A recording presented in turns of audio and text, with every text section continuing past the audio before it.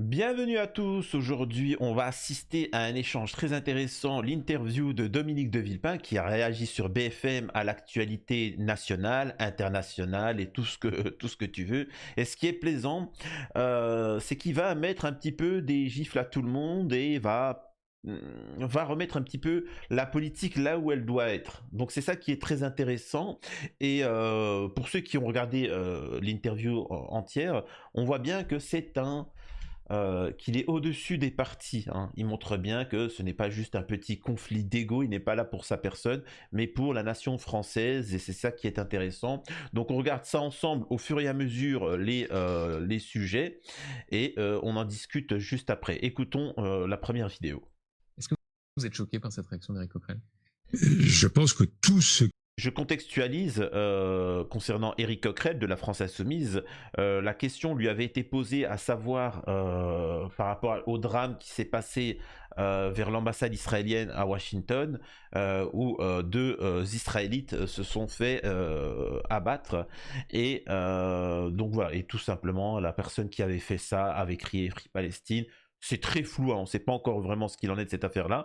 Et quand la question avait été posée à un membre de la France Insoumise, Éric Coquerel, il avait expliqué, moi ce que je demande c'est la fin du géno à Gaza. Et c'est pas une problématique parce qu'au final, il a dit ça dans le sens où c'est normal que s'il y a de la haine là-bas, il y a de la haine qui se propage et ça en découle des drames. Voilà, il n'a pas dit qu'il s'en fichait de ce drame. qui vient atténuer la responsabilité d'un acte terroriste n'a pas lieu d'être. Et nous devons... Et c'est le cas. Monsieur, je ne suis pas sûr que Monsieur Coquerel ait dit ce qu'on veut lui faire dire. Ah bon? Non. Enfin, Vous venez d'entendre, c'est assez clair, non? une fois de plus, je ne fais de procès d'intention à personne. C'est pas un procès d'intention, Dominique de Villepin. On a, pardonnez-moi, un député à qui l'on demande une réaction sur ce qui s'est passé à Washington et qui a comme première réponse, la question est quelle est votre réaction? Et sa réaction c'est, ma réaction c'est qu'il faut que le génocide à Gaza cesse. Ouais, mais Il faut que le risque de génocide que nous voyons tous les jours cesse. Et ce risque de génocide est la source aujourd'hui d'une mobilisation tragique qui conduit à certains actes terroristes. Et Dominique de Villepin, on parlera dans un instant de la situation à Gaza, mais c'est important puisqu'il y a un instant vous disiez il faut lutter contre toute forme d'essentialisation. Toute forme d'essentialisation. Quand on interroge un député sur ce qui s'est passé à Washington, sur deux fonctionnaires de l'ambassade israélienne, et que sa première réaction est de dire il faut que le génocide à Gaza cesse, est-ce que c'est une erreur, une faute? Est-ce que ça vous choque? C'est maladroit. Et je veux croire qu'Éric Coquerel n'a pas voulu. Donc c'est seulement maladroit. Mais je ne suis pas dans la tête d'Éric Coquerel. Non, mais vous semblez le défendre puisque vous dites, au fond, c'est pas vraiment ce qu'il a voulu dire. Monsieur Duhamel, je n'ai pas à juger sur des sujets aussi graves et à établir des catégories. Et c'est précisément parce que c'est grave et important que ça justifie ce que je dis, je le dis à Monsieur Coquerel comme à tous ceux qui seraient tentés d'essentialiser. Mais je ne fais pas de procès d'intention. Je dis clairement que l'essentialisation est une faute. Voilà. Que chacun en tire les leçons. Je ne suis pas là pour donner des leçons à quiconque. Je suis là pour dire ce que je crois être dangereux. L'essentialisation, c'est ce qui, depuis le début, avec une politique de vengeance, nous conduit là où nous sommes. Et nous n'en sommes pas sortis. Donc je crois que plutôt que de compter les points entre les uns et les autres, ce qu'il faut faire, c'est sortir de ce cycle. Sortir de ce cycle de vengeance et de violence. Alors, très simple, hein. Je vais rebondir sur un truc qui est peut-être anecdotique, à côté. C'est comme, enfin, vous savez, les gens, quand ils commencent à se faire justice eux-mêmes, c'est quand la justice officielle de base ne fait pas son travail. Vous voyez ce que je veux dire? Donc comme la justice ne fait pas son travail, c'est par exemple, on peut condamner aux États-Unis, il y a un père de famille noir, il y a eu un policier qui a abattu un jeune noir de manière raciste et par ses relations, il a réussi à s'en sortir. Il y a eu une injustice, hein. Qu'est-ce qu'a fait le père de famille? Il a pris une arme, il s'est fait justice lui-même. Donc voilà, donc le policier a perdu la vie, etc. Certes, ce n'est pas légal, ce n'est pas bien, il s'est fait justice lui-même, mais on comprend parce qu'il y a eu une injustice au départ. Vous voyez ce que je veux dire? Donc c'est ça, mais il ne s'agit pas de relativiser l'acte. Donc un peu, voilà, c'est quand même particulier. Bref, on continue avec la deuxième vidéo. Et qui doivent être dénoncés comme tels. Vous diriez qu'il, pour certains, il y a de l'antisémitisme latent à la France insoumise? Mais monsieur Duhamel, je ne suis pas là pour donner une leçon de morale ou pour juger tel et tel parti politique. Morale, c'est important. C'est la façon dont on, mais je pourrais fait de la politique ou quand on prend des positions dans le débat, de savoir pour quelle valeur on se bat. Vous pourriez égrener d'autres partis politiques qui n'ont pas témoigné de beaucoup de compassion vis-à-vis de ce qui se passe aujourd'hui, vis-à-vis de ce qui se passe aujourd'hui à Gaza. Vous avez tout à fait raison et d'ailleurs je les interroge à votre place très bien. Tous les jours. Eh bien moi je vous dis que l'ensemble des partis politiques, et je leur adresse un message collectivement en tant qu'ancien Premier ministre, ont la responsabilité de ne pas faire n'importe quoi dans cette période. Et quand un ministre de l'Intérieur, dans une réunion communautaire, se permet de crier à bas le voile, j'estime qu'il ne fait rien pour la paix civile dans notre pays. Donc la responsabilité, c'est pas celle... Vous connaissez Dominique de Villepin, et quoi qu'on pense de cette phrase, qu'il n'y a pas grand rapport avec la question de l'antisémitisme. Mais il y a un rapport. Il y a un rapport, alors excusez-moi, je coupe très rapidement, il y a un rapport, il faut bien que vous compreniez une chose, si paix il y a, vous serez plus à même de réfléchir aux problématiques concrètes du pays. Alors que quand on vous ramène un danger immédiat, vous n'avez pas le temps de réfléchir. Alors on vous parle de tension, on vous parle d'entrisme, d'islam, attention, ils sont à vos portes, tu vois. Donc c'est pas méchant, hein. Le prix de l'essence, t'en as strictement rien à faire. Les Français, là, à l'heure actuelle, je suis désolé de dire ça, ils en ont strictement rien à faire du prix de l'essence, hein. Ils se la font mettre, hein. Mais parce que on leur a montré un danger. Et puis de toute façon, si c'est pas les musulmans, c'est ce qu'explique aussi Dominique de Villepin, si c'est pas les musulmans, ça sera autre chose. Donc, et c'est pour ça qu'ils ne font pas tomber dans le panneau. C'est que nous sommes toujours dans la stigmatisation d'X ou d'Y. Voilà. Cet esprit qui veut essentialiser, stigmatiser, faire des chasses aux sorcières, c'est ça que je condamne. Et voyez-vous, monsieur Duhamel, c'est pour cela que ce petit jeu auquel vous vous livrez gentiment... Je me livre à aucun jeu, Dominique de Villepin, et je crois précisément que ce sont des propos, le cas échéant, trop graves et trop importants pour les rapporter. Aujourd'hui, vous m'interrogez moi sur la France insoumise, demain vous interrogerez quelqu'un d'autre sur un autre parti du spectre républicain. Moi, je vous le dis clairement, les partis politiques, d'une manière générale, depuis le 7 octobre, n'ont pas été à la hauteur de la situation. Et donc, je ne suis pas là pour distribuer des points, des bons et des mauvais points pour les uns ou pour les autres. Je suis là pour dire que nous avons une responsabilité commune. Et que cette responsabilité, nous devons l'assumer et que chacun doit en tirer les leçons. Ce n'est pas, une fois de plus, en stigmatisant tel et tel que vous ferez évoluer le débat républicain. C'est au contraire en accompagnant chacun et en lui montrant ce qui doit être fait. Exactement, bien dit, magnifique. Moi personnellement, je vous le dis tout de suite, hein, j'ai toujours été depuis tout jeune villepiniste. Donc s'il se présente, je pense que ça serait pas, je me tournerai pas vers Mélenchon, mais plutôt vers Villepin. Dites-moi pour vous si vous voteriez pour Villepin ou pour un autre personnage. J'attends ça en commentaire. Et n'oubliez pas de vous abonner, de laisser un commentaire pour le référencement. On écoute la suite de Dominique de Villepin, bien évidemment. Toujours un plaisir. Ce que j'aime avec lui, c'est qu'il a vraiment une parole mesurée sur tous les sujets. Les choses puissent progresser. Pareil en ce qui concerne la responsabilité des autorités israéliennes civiles et militaires, qui elle aussi est engagée dans ce qui de plus en plus, parce qu'il faut parler de ce qui se passe sur le terrain à Gaza, avec la volonté de militariser la distribution de l'aide, en liaison avec une fondation humanitaire à Gaza, c'est tout un programme d'épuration ethnique qui se met en place, de déplacement des populations qui se met en place. Épuration ethnique, c'est le terme que vous utilisez. Épuration ethnique, c'est le terme que vous utilisez. Oui, ça veut bien dire ce que ça veut dire, c'est-à-dire un déplacement de la population. Non, mais donc vous dites pas génocide, vous dites épuration ethnique. Une fois de plus, la Cour internationale de justice a dit risque de génocide. Aujourd'hui, il y a d'ailleurs de très nombreux qualificatifs qui avancent, notamment le qualificatif de futuricide, liant l'écocide, liant le culturicide et liant le risque de génocide.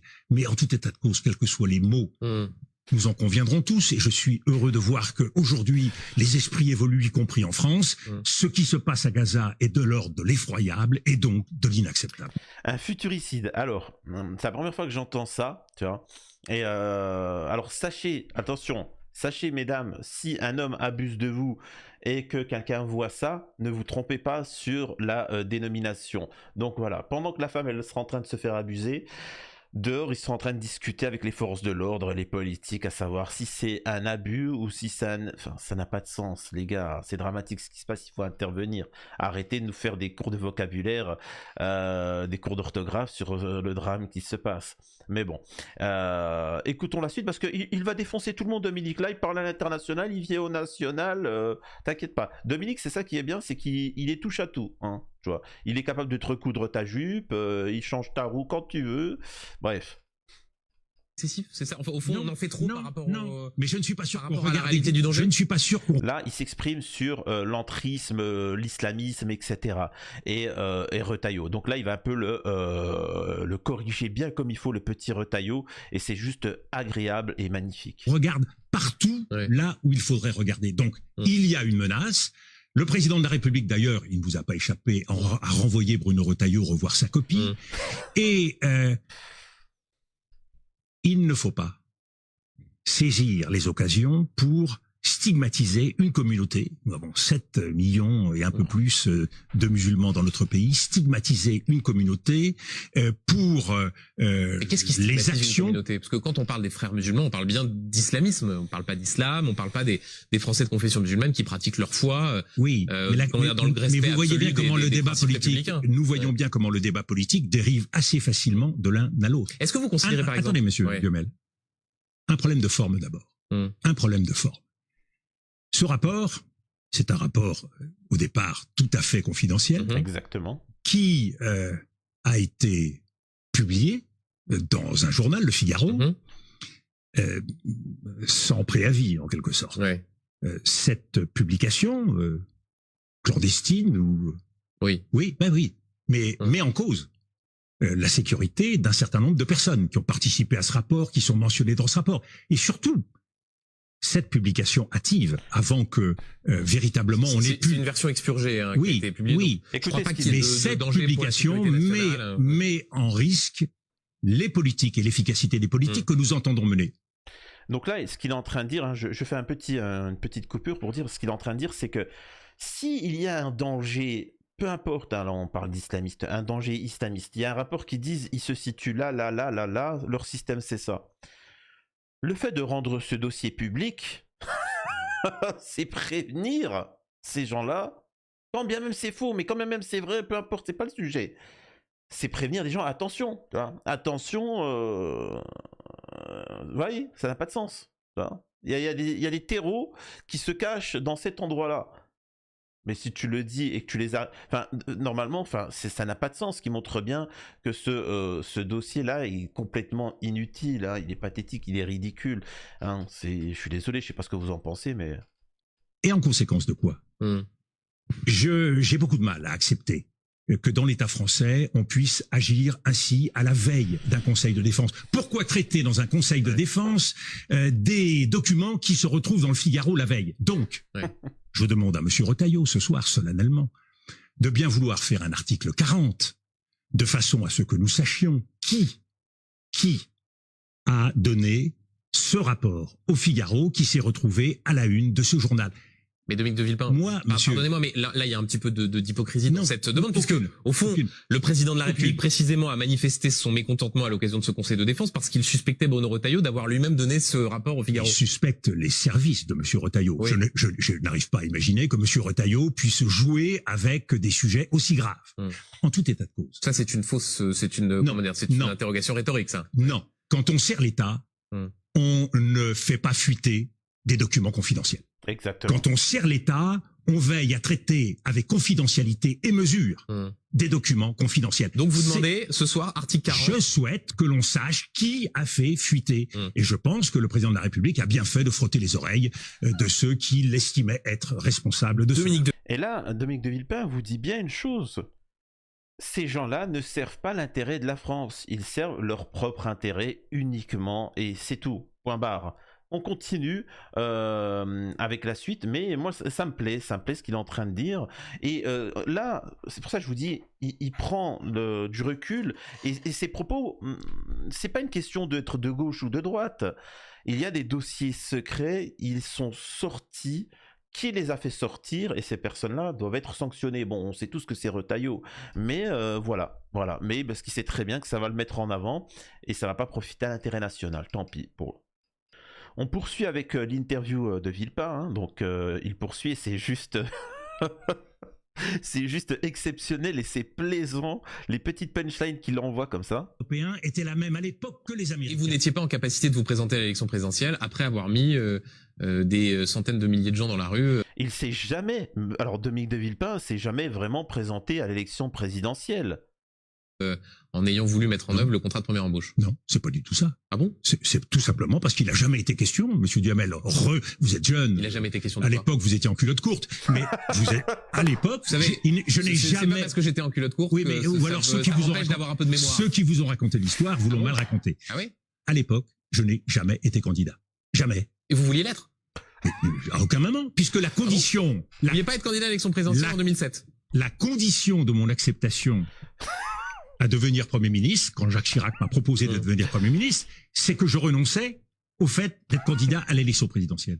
Moi, je me suis entièrement consacré à ma tâche de Premier ministre. Il n'a jamais été question. C'est une histoire qui a été racontée après par Nicolas Sarkozy pour crédibiliser le fait que j'aurais pu lui en vouloir et l'empêcher, lui, de devenir président. Donc vous n'avez jamais eu aucune ambition présidentielle? Alors, moi, je suis d'accord avec Dominique de Villepin. C'est pas pour nous tomber dessus, hein. Chaque chose en son temps, surtout en politique. Pour moi, je vous dis, hein, c'est mon avis, je pense véritablement qu'un homme politique, souvent, c'est un accélérateur de carrière, c'est une mise en avant, etc. Ça permet de gagner de l'argent, de la visibilité. Je préfère un Donald Trump qui n'a pas ce problème de l'argent, quoi qu'en disent certains. Il est déjà milliardaire et donc, en fait, il va pas faire... Voilà. Ce que je veux dire par là... ou à Mélenchon. En fait, je préfère une personne d'un certain âge qui a fait sa vie, qui a fait son argent. Vous voyez ce que je veux dire? C'est ça. Je parle pas de forcément Trump, mais un individu qui a un certain âge, pour moi minimum, pour se lancer en politique, je vous dis la vérité, je pense que il faut minimum 60 ans, parce que tu as du vécu. Là, les gens qui nous regardent, là, alors encore pire ceux qu'on la vingtaine, mais ceux qui ont 30, 40 ans, même 50 ans, vous avez de l'expérience, mais on a encore des jeunes. Moi, je pense qu'à partir de 60 ans, on peut se lancer en politique, vraiment. Vraiment. En dessous, t'es encore trop jeune. Reste à votre place. Tu vois, vous... Et alors qu'une personne passée 60 ans, elle a travaillé, elle a son vécu, elle a l'expérience, elle n'en est plus à faire des bêtises de gamin, elle a passé son ego, voilà, elle a de l'expérience. Voilà, allez, on passe à la suite. Donc voilà. Bref, revenons-en sur la suite des échanges avec Dominique de Villepin. Et encore une fois, je vous invite fortement à vous abonner sur la chaîne. Monsieur Duhamel, faut-il interdire les premières communions avec les cérémonies en eau blanche? Faut-il... Là, en fait, il y a Duhamel qui lui dit comme quoi que c'est normal d'interdire le voile à des gamines. Pourquoi des musulmans mettent le voile à des gamines? Elles sont trop jeunes pour le décider d'elles-mêmes. Donc là, Dominique de Villepin répond oui, mais alors tout acte religieux qui est fait dans les autres religions doit être interdit, comme la communion. C'est pareil de voiler une petite fille et de faire sa communion? On lui demande son avis au petit garçon, à la petite fille. Est-ce qu'il faut interdire la circoncision?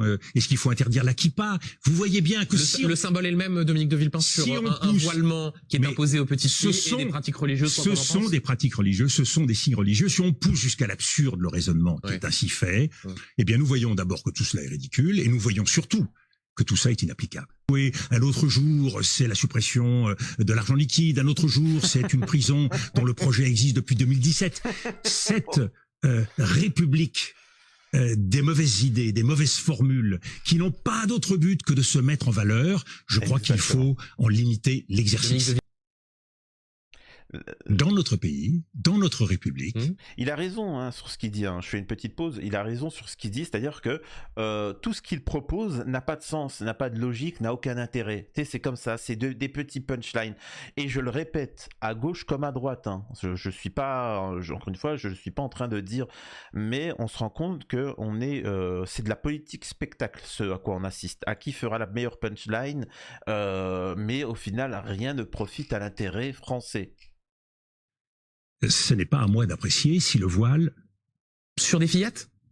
Monsieur Duhamel, ce n'est pas à moi d'apprécier. Je ne suis pas couturier, je ne vais pas aller mesurer la taille du voile. C'est pas une question de couture, là. C'est une question, pardonnez-moi, mais vous rentrez d'égalité femmes-hommes et de savoir ce que l'on est susceptible d'imposer à des fillettes.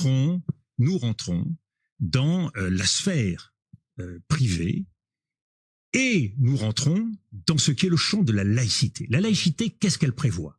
La possibilité pour chacun de croire ou de ne pas croire. Et elle prévoit que s'il y a des pressions pour forcer quelqu'un à ne pas croire, pour forcer quelqu'un à porter un voile, eh bien, la loi 1905 est là pour protéger. Juridique qui permet de le sanctionner, mais oui, je repose ma question. Un arsenal juridique particulièrement efficace puisqu'il prévoit des sanctions pénales. Ça peut être le signe d'un intégrisme islamique, ça peut être un choix culturel. D'une petite fille de 7 ans ou 8 ans? Mais une fois de plus, un signe religieux, quand vous portez une kippa... C'est la même chose, une kippa et un voile sur une petite fille. Et donc, en fait, là, ce qu'il est en train de dire, et c'est véritablement, c'est de l'islamophobie. Il est en train de dire, mais j'en ai strictement rien à battre, moi. Catholique, juif, tout ça, c'est pas pareil. Les musulmans, c'est radical. C'est des nazes. C'est des nazes, hein, des machins. Donc, vous voyez, c'est-à-dire que la circoncision, est-ce qu'on doit interdire à des nourrissons de se faire circoncire, hein? Voilà, je pose la question, pourquoi on n'aborde pas ce sujet-là? Pourquoi on ne dit pas, oui, les enfants musulmans ne décident pas, et les enfants musulmans ne décident pas, ils se font circoncire sans leur consentement, on est bien d'accord, c'est vrai, sans leur consentement. Je pose la question, pourquoi alors maintenant, la majeure partie de l'humanité se font circoncire, pas que les musulmans, mais pourquoi on n'en parle pas? Parce qu'il y a la communauté juive aussi qui se font circoncire. Donc moi je pose la question, est-ce qu'il est consentant l'enfant? Non, donc alors on l'interdit ou pas? Moi je pose la question aussi, est-ce qu'on doit obliger l'enfant à aller à l'école? Je pose une question, c'est sans son consentement, les enfants ils veulent pas aller à l'école. Ensuite, sans son consentement, on lui fait bouffer de la soupe et des légumes, sans son consentement, jusqu'où on va s'arrêter? Et en fait, au-delà de la religion, parce que l'islam, je vous le dis, hein, je le répète, l'islam va juste être le moyen d'entrer dans vos vies. Parce qu'après, on va vous contrôler ce que vous devez vous faire injecter, ce que vous devez manger, comment la pollution, et ainsi de suite. Et c'est gravissime, voilà. Et on a besoin pour ça d'une porte d'entrée. Le port d'entrée, c'est la peur du musulman. Mais bon, ça c'est mon point de vue, vous me direz en commentaire ce que vous en pensez. Signe religieux, c'est un signe religieux.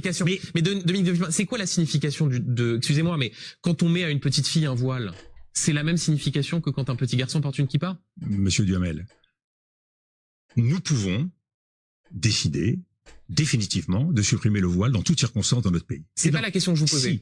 C'est sur la signification. Mais la signification, je crois que vous ne prenez pas en compte le fait que dans certaines cultures, dans certaines traditions, dans certaines religions, ce n'est pas forcément le signe d'une radicalisation. Ça peut être tout simplement un signe... C'est pour ça que je parle d'une petite fille. Mais je sais bien, mais une fois de plus... Et mon propos ne concerne pas des majeurs qui font le choix de porter le voile. Est-ce que un mineur... Je suis désolé encore une fois de le répéter, il parle de majeurs... on est tous témoins, on nous a obligés à se faire injecter, sinon, conséquences, hein. Bon, je les ai subies les conséquences, hein. Je ne me suis pas fait injecter, mais donc arrêtez de dire majeur, on est libre, hein. Non, je suis désolé.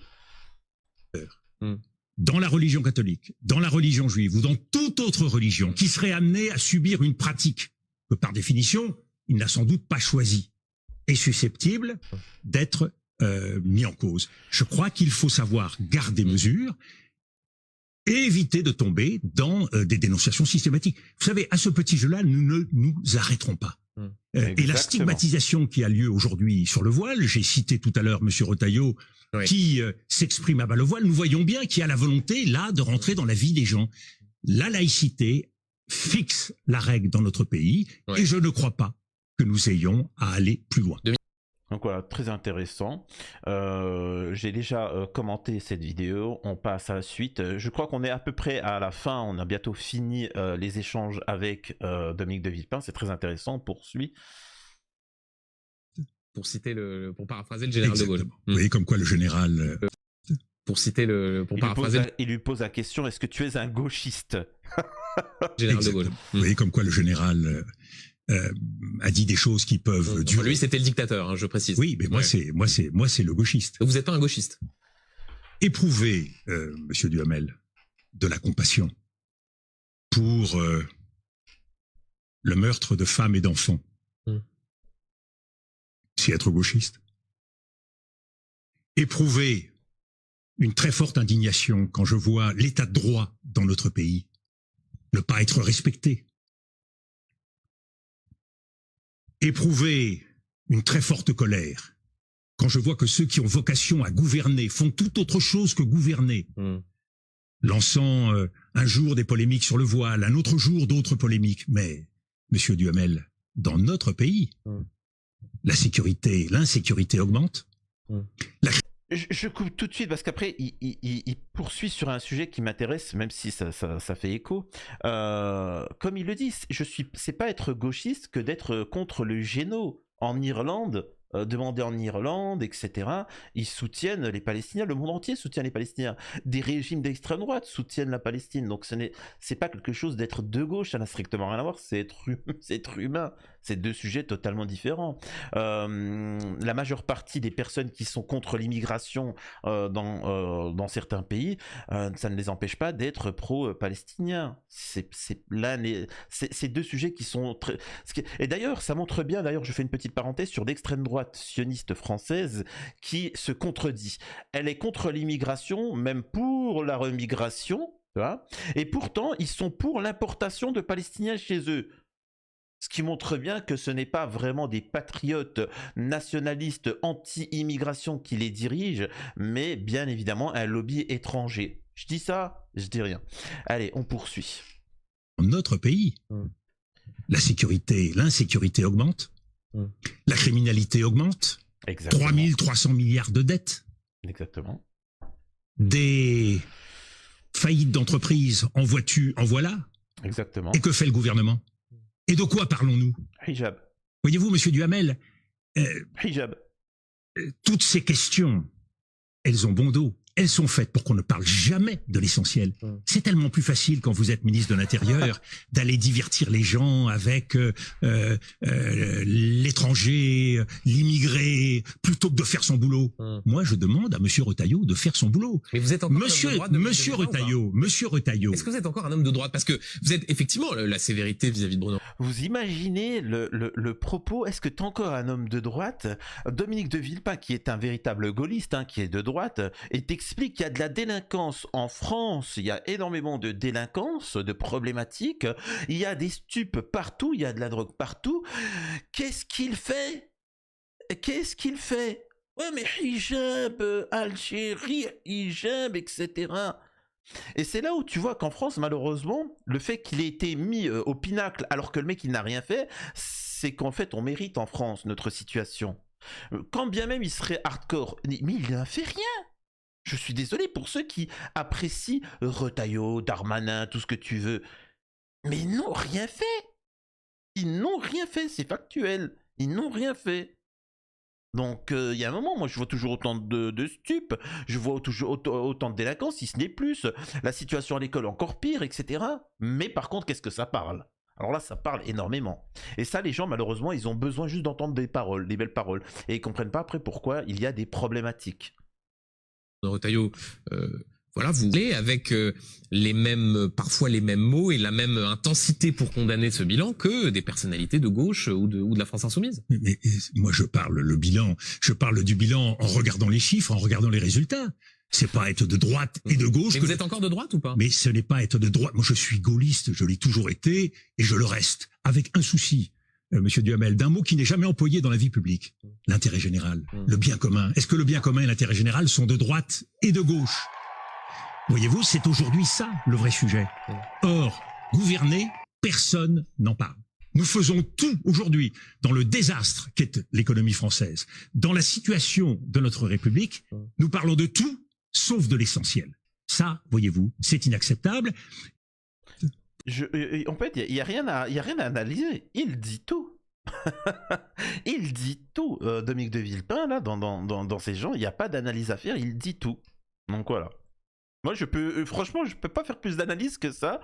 Là, on va regarder notre vidéo. C'est juste savourer, déguster. Mettez-vous, prenez une petite glace et laissez un petit commentaire si vous pensez voter pour Dominique de Villepin s'il se présente ou pour un autre personnage. De tout sauf de l'essentiel.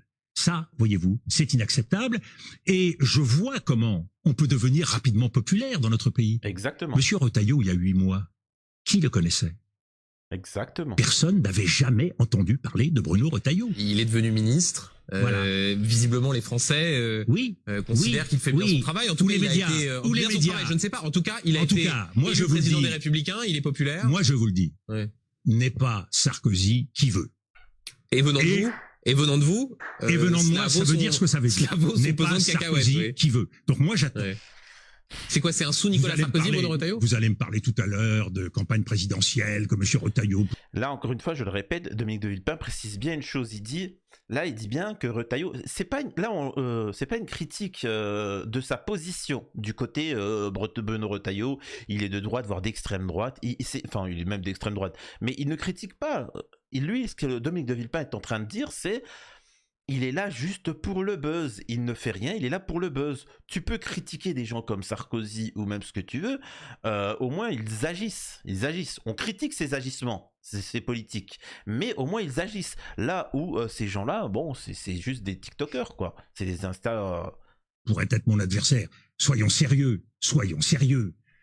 Quand M. Retailleau aura marqué des pour l'équipe de France, alors on pourra éventuellement parler d'une telle hypothèse. Moi, j'en ai assez de ces candidats, de ces ambitions qui sont nourries par les sondages et par des bulles totalement artificielles.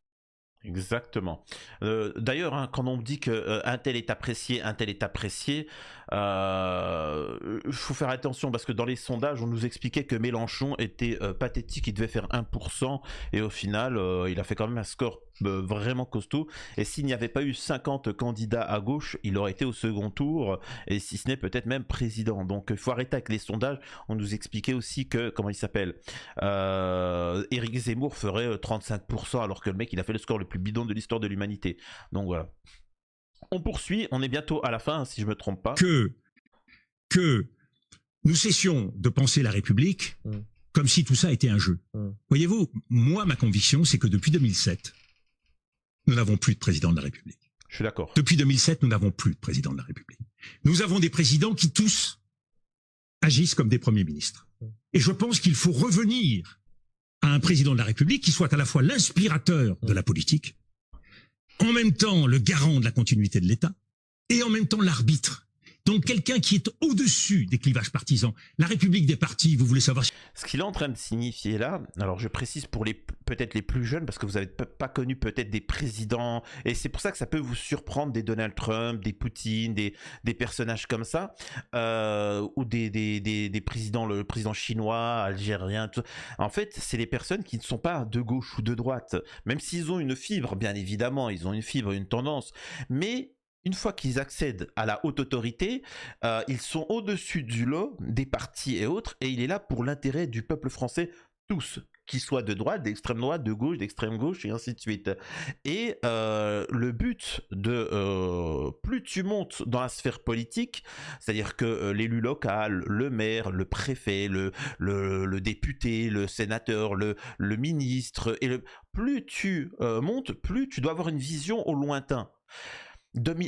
C'est quoi le président? Ce n'est pas son rôle de répondre à un TikTok. Il y avait un TikTok où le mec il dit ouais je peux pas payer l'autoroute comme ça, et le président il s'en est occupé. Ce n'est pas son rôle. Le président il doit avoir des projets sur le lointain. Hein, faire des contrats avec des pays qui vont permettre pendant 20 ans d'avoir des contrats. C'est ce qu'a fait par exemple le président Trump. Il est parti au Qatar, en Arabie Saoudite, il a ramené des milliers de milliards de dollars de business, etc. Il va dans le lointain. Et après, petit à petit, il y a des gens qui s'occupent, vous voyez, des choses. Mais on voit bien qu'en fait, finalement, pour ne pas avoir à s'occuper de son rôle, bah en fait, il fait juste le petit TikToker, quoi, hein, l'Instagrammeur. Et les hommes politiques commentent maintenant. Ils font notre travail à nous de commentateurs. Ils commentent la situation. Oh mon Dieu, il y a eu un acte de délinquance. Oui, mais vous n'avez pas à commenter la situation en France. Vous n'avez pas à commenter la délinquance parce que nous, on commente parce qu'on n'a pas le pouvoir. Mais moi, demain, je suis au pouvoir, je ne parle pas, j'agis. Bref. Excusez-moi de cette interruption, on poursuit. Si je suis de droite et de gauche, je n'ai jamais joué le jeu de la République des partis.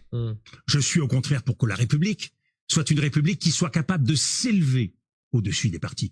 Et la République, et c'est son malheur, elle est en train de perdre et la raison, et son cœur, Nous sommes en train de nous éloigner de ce qui fait notre patrimoine national, un héritage humaniste, un héritage universaliste, un héritage de gens qui se soucient des problèmes du monde et en particulier des problèmes de la planète. Le réchauffement climatique, on voit bien aujourd'hui, tout le monde s'en fout. La jeunesse est inquiète pour son avenir, elle est inquiète pour la planète. Donc voilà, bon là il parle de sujets un peu plus différents que ça. Donc voilà, dites-moi en commentaire si vous avez apprécié les échanges où il remet un petit peu tout le monde en place et ça fait plaisir de revoir une droite en France qui est intéressante. Moi je pense véritablement voter pour Villepin s'il se présente. Dites-moi vous ce que vous en pensez ou sinon Mélenchon à défaut malheureusement. Donc voilà, c'est très bien. J'espère que pour vous ça vous a plu. À la prochaine sur les news de Samir.